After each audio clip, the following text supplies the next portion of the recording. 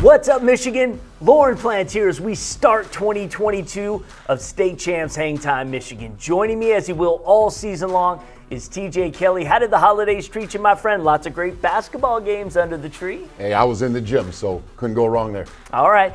Hangtime is powered by Lawrence Technological University. Do you have the dream of playing college basketball? LTU has athletic and academic scholarships right now. Recruit yourself by going to LTUathletics.com, clicking on the Recruit Yourself link. And speaking of some of the holiday matchups, we've got recaps of some of the recent games featuring state-ranked teams, and you can find them on the State Champs Michigan's Facebook, Twitter, and Instagram pages. We'll also preview some tournament action coming up, plus TJs Take this week on young talent, correct?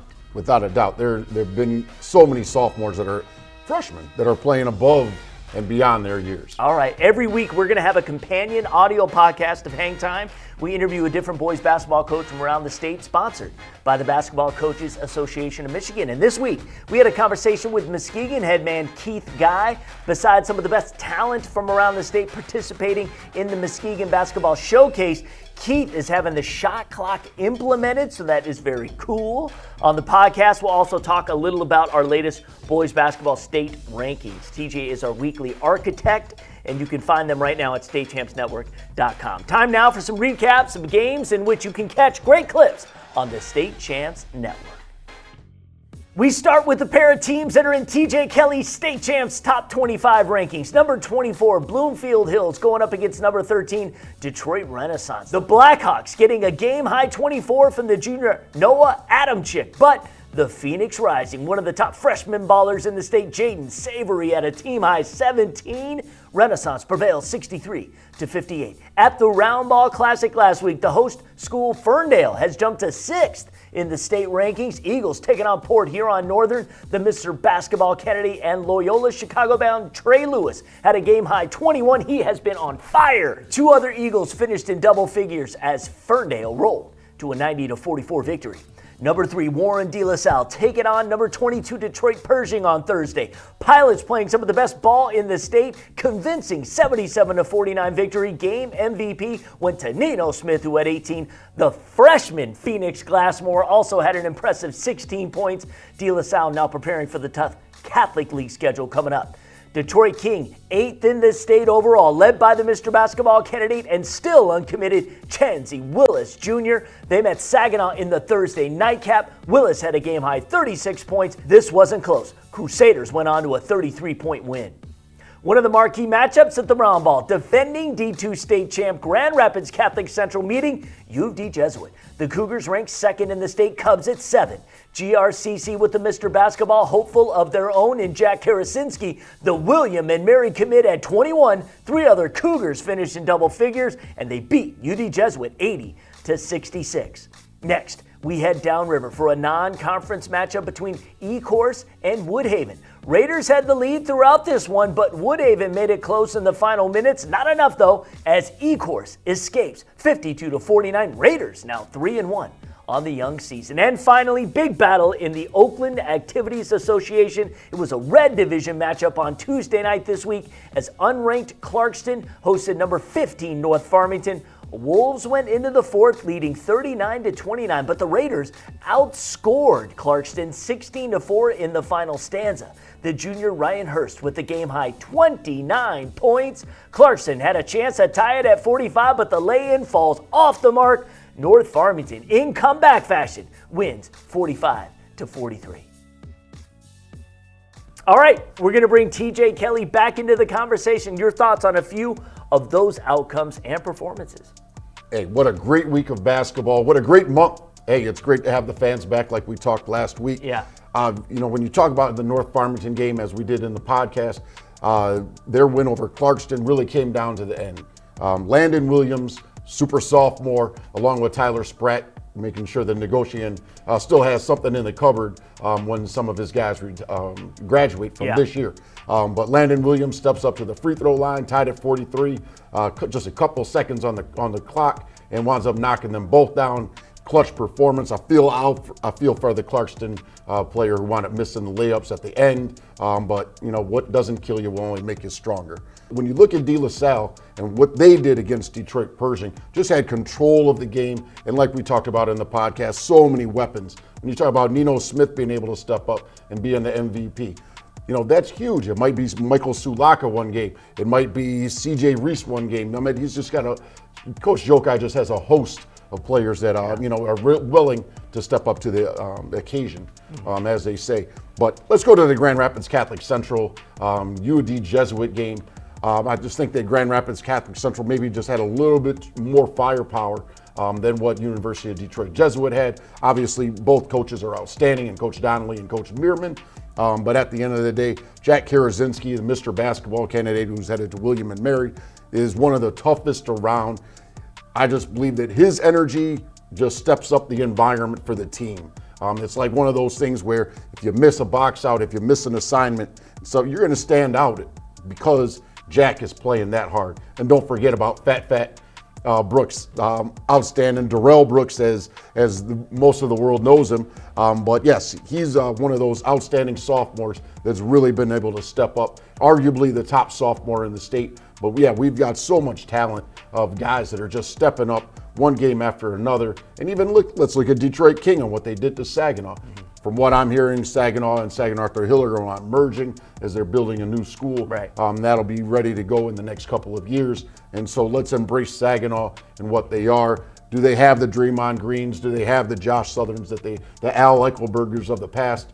No, but it's one of those things where Saginaw is just tradition, and what they've done over the years, you kind of got to give it up to them. And then we've had King and Saginaw play many a times in the round ball over the years. But Chauncey Willis is a player that can hurt you in so many different ways, whether it's scoring, whether it be on the defensive end, whether it be passing and just making his other teammates better. Running the offense. And King rolling just as their football team did. Yeah. And I think that's one of the things that will carry on to help them have success throughout this season. Absolutely agree.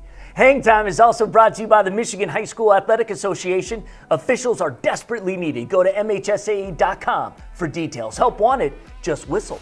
The Detroit Medical Center's physical therapy and sports medicine team. We've got a whole new crop of game changers coming up this new year, including some interesting quizzes packed with information you need to know. Listen to the Hangtime Companion Audio Podcast wherever you get your podcasts. We are partners once again with the Basketball Coaches Association of Michigan, and BCAM would like to celebrate our great game by promoting unity among teams, schools, and communities. BCAM has launched the One Team program. This week, we interviewed Muskegon head coach Keith Guy, among other things, and the shot clock. We did talk about the Big Red's version of the Unity program, what that might look like. Check it out. What are some of the things that you've done already, or maybe that you plan to do, whether it's activities at games or both, to promote respect for teams and each other? Yeah, I mean, I think we have to do that, and I applaud BCAM for taking a step in that direction. Basically, what we're going to do a lot of reading, public address announcement. We'll talk about that. We try to, communicate with other teams and try to, if there's an event that another team might have, we would like to participate. We just want to show unity and show people that we can compete hard on the court. But after the game is over, we go back to being friends. And that's what it's all about, friendly competition. The entire interview is available on the State Champs Michigan's Hangtime Companion Podcast, and you can listen to it wherever you get your podcasts. We'll also have a standalone video on State Champs Michigan's Facebook, Twitter, and Instagram page, as well as the State Champs website, statechampsnetwork.com. So check it out. For more than 25 years, the greatest honor a Michigan high school student athlete can earn, the Detroit Athletic Club Foundation's High School Athlete of the Year. You're one of the tops in your sport. Prioritize education and giving back, like Cassius Winston, Megan Bobian, Rakia Jackson, and Aiden Hutchinson did. 6 male and 6 female nominees earn $1,000 of scholarship money, with $5,000 each to be awarded at an amazing red carpet gala in downtown Detroit in June. Nominations accepted through March 4th, but know this, you cannot be nominated if you don't apply. Download the application today at dacathleteoftheyear.com. Time now for TJs Takes. Sophomores stepping up to the forefront, I understand. Without a doubt. We already talked about Fat Brooks, outstanding sophomore for Grand Rapids Central. Yep. Catholic Central, excuse me. Just an outstanding player, plays with poise, won a state championship last year, obviously playing beyond his years. In a loaded sophomore class, and players still emerging, players still growing. There are going to be some players that are going to hit, that growth spurt. Marcus Bingham being one of them, a standout starter for Michigan State. I mean, he started high school, he was 6'1", now he's 7 foot, and a starter for the Spartans.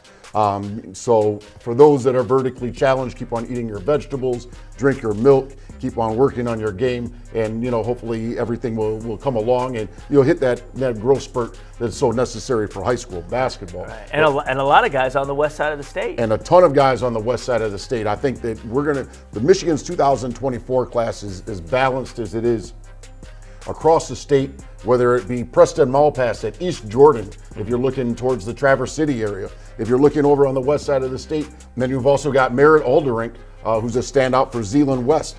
Didn't get a lot of playing time last year just because they were so loaded in the front court with players that are going on to Ferris State and such.